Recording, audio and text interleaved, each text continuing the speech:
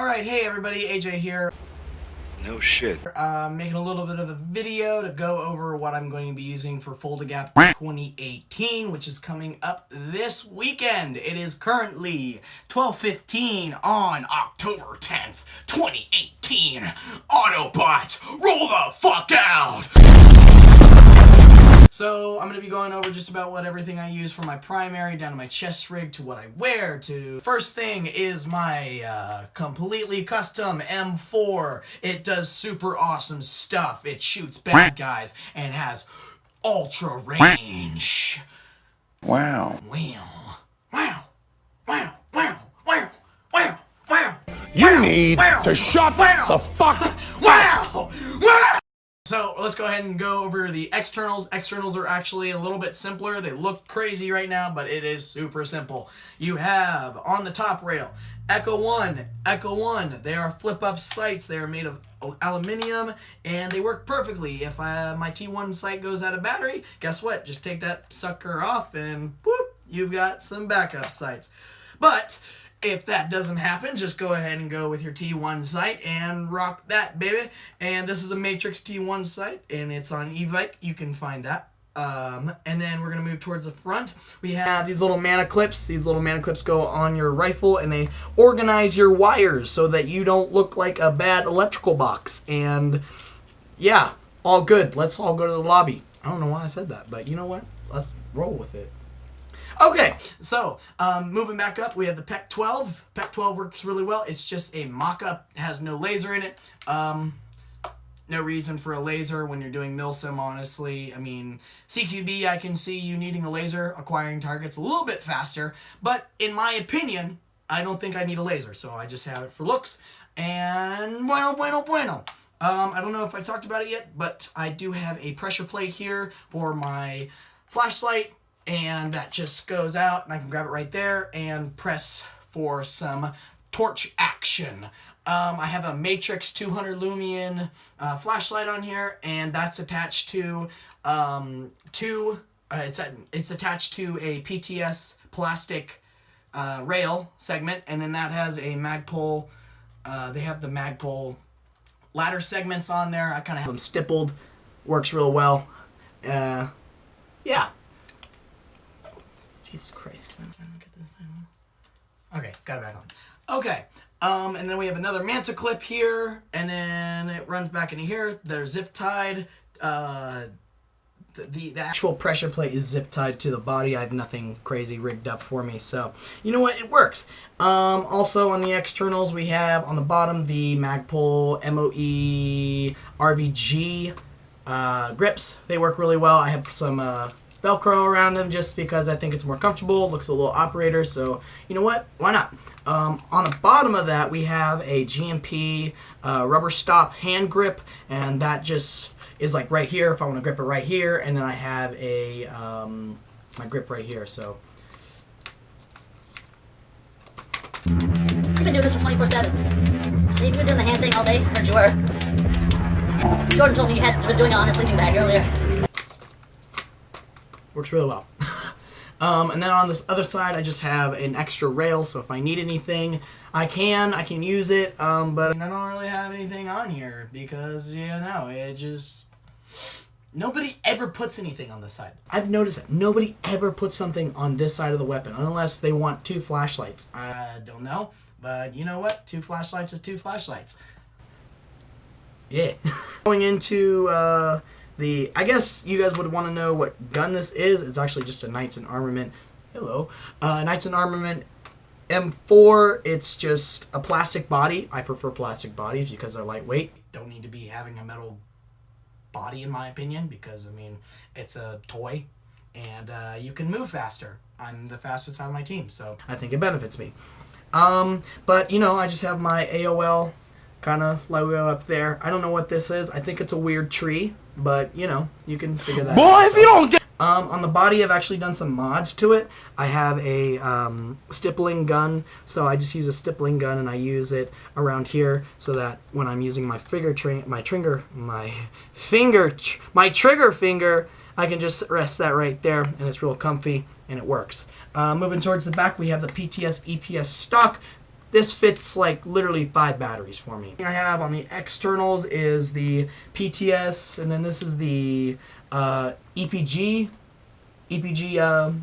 hand grips or pistol grips, and this, I mean, works perfectly. Awesome. It's just so comfortable. It's ready for action. You're good to go into the battle. Perfect. And then the trigger, I actually have a VFC Avalon trigger because I used to have a VFC Avalon. If you've seen that video, thumbs up. If you haven't seen that video, still thumbs up because scootly poop. That's why. And move into the internals. The internals are actually pretty simple. What we have is for the hop-up unit, barrel, and bucking.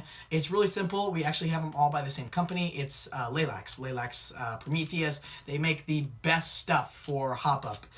So I have the 6.03 Lalax 381 millimeter barrel in there. That is R-hopped. And then I have a probably purple bucking, which is flat R-hopped as well. So that's just the inside. It's shaved a little bit.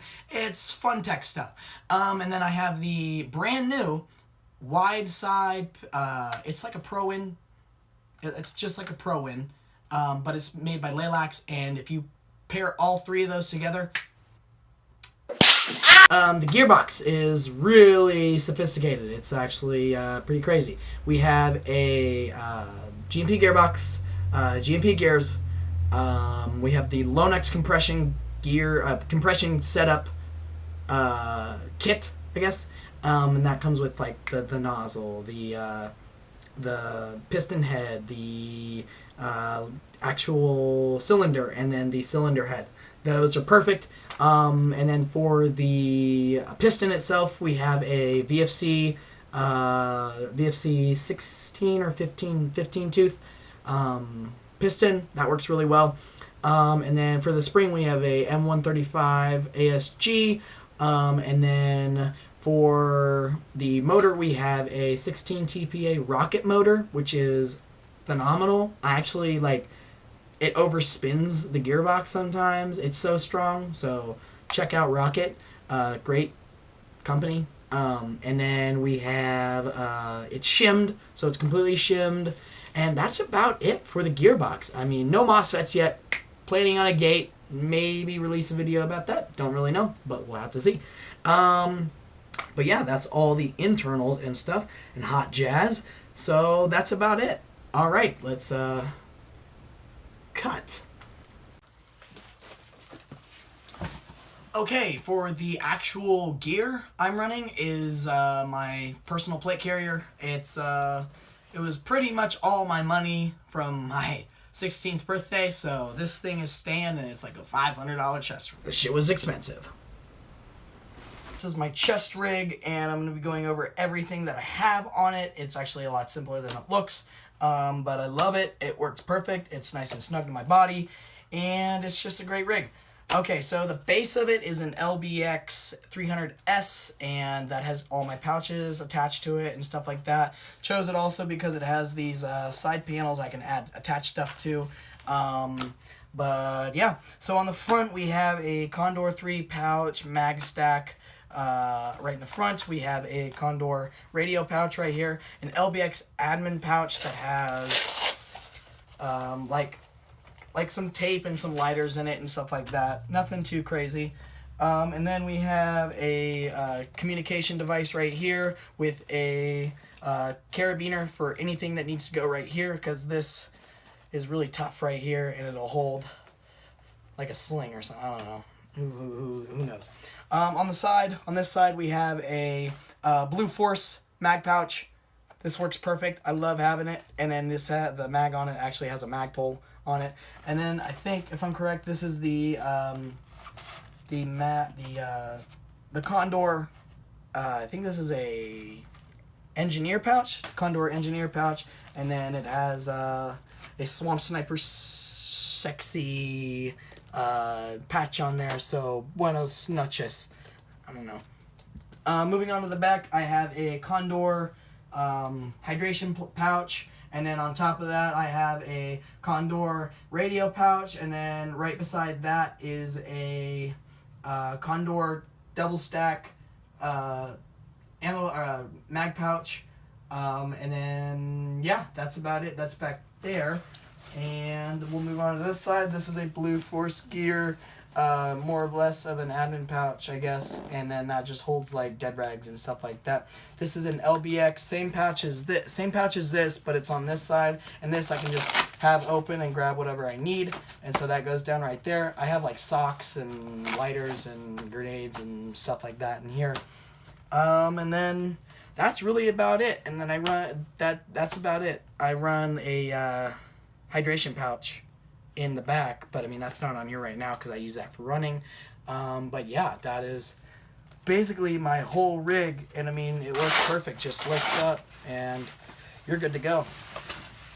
All good business over here, brother. That's it.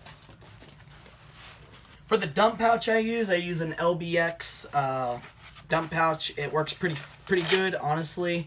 Just goes on your wristband and your waistband, and you know, they just plop your mag in there. For my bottoms, I have the tactical pants. I got these off of Amazon. They work perfect. I mean, they're a little ripped up, but I mean, what do you expect? They were like 30 bucks. They work. They come with some knee pads in there, and they secure around the back with a Velcro, and you just do that and you're good to go. But these work real well. I like them. They're comfortable. They're a little big on me, but you know what? It's okay. They work. They have a bunch of pouches on them, so plenty of space for notes, phones, keys. For the shirt, I use a 511 tactical. It's a 511, right? Yeah, it's a 511 tactical. It's a camouflage hybrid, so if I sweat, it's not too terrible on my skin, and I feel more cool and stuff like that. On the side arms, it's completely multicam and stuff like that, so works really well. And then they have the actual admin pouches on the side, so if you want to put any notes or something in there, you're good to go. On the arms, actually, I have my captain patch, and then I have my captain rank. I don't know if I'm wrong that that's the captain rank. Let me know. I don't want to do anything wrong, but yeah. On the other arm is my actual team patch, and it's SES AIRSOFT, and I will link their channel in below this video, and it'll be mucho bueno. But yeah, that's the shirt I run, and it's super comfortable. Works.